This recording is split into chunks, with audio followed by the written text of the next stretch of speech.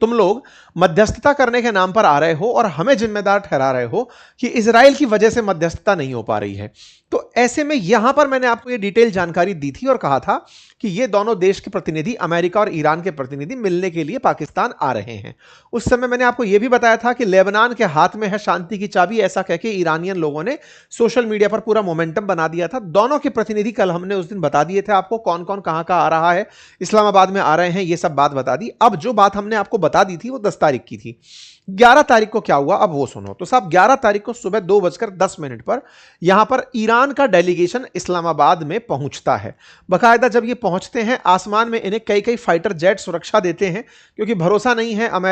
Israel का कि कहीं से ना कहीं से इनको नुकसान ना पहुंचा दे, इसलिए इनको पूरी तरह सुरक्षित तरीके से लाया जाता है। ईरानियन डेलीगेशंस को यहां पर आसिम मुनीर इन्हें रिसीव करते हैं। साथ में यहां पर उनके जो वो ट्रॉफी चोर जो मंत्री हैं, मीर क्या नाम है वो, आईसीसी के अंदर कुछ तो है, ये एसीसी के अंदर वाले, वो यहां पर आप नाम बता दीजिएगा, वो भी इनको यहां पर रिसीव करने आते हैं।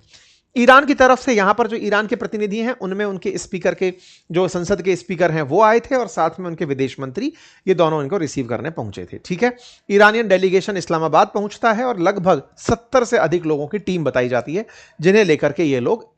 पाकिस्तान में पहुंचे होते हैं। ये पूरी तरह से पाकिस्तान की तरफ से रिमार्क आता है कि हाँ साहब ये लोग आ चुके हैं, और इसमें मोहम्मद बागर गालिबाफ जो हैं उनके नेतृत्व में प्रतिनिधिमंडल आया है और यहां पर ये अमेरिका से बातचीत करने के लिए पहुंचा है। गालिबाफ ने अपनी तरफ से बात कही कि हाँ साहब हम आ चुके हैं, और इन्होंने अपनी तरफ से जानकारी दे दी कि कहा कि भैया लेबनान के अंदर सीज फायर होना बहुत ज्यादा जरूरी है, और दूसरा बातचीत तो हम कर लेंगे, लेकिन हमारा जो पैसा अमेरिका ने दबा के जब्त करके रखा हुआ है उसे देना वापस जरूरी है। आप हमारे एसेट्स को जो आपने अपने पास फ्रीज कर रखे हैं उन्हें रिलीज करिए, तब जाकर के हम बातचीत के लिए आगे बढ़ेंगे। यानी कि एक तरह से ये लोग पहले ही कहते हुए निकले थे कि लेबनान पर आपको बमबारी रोकनी पड़ेगी, साथ ही साथ में जो हमारे पैसे, अच्छा पैसे की क्या कहानी है, असल में ईरान का बहुत सारा एसेट ऐसा है जो और देशों के अंदर, जैसे मान लीजिए कि कभी आप किसी देश के साथ व्यापार कर रहे थे, व्यापार का पेमेंट करना था, बैंक में रखा रह गया और अमेरिका के कहने पर उस बैंक ने उस पैसे को जमा कर लिया, मतलब कि अब उसको दे नहीं रहा। तो ईरान का ऐसा बिलियंस ऑफ डॉलर है जो दुनिया भर की बैंकों में जमा है,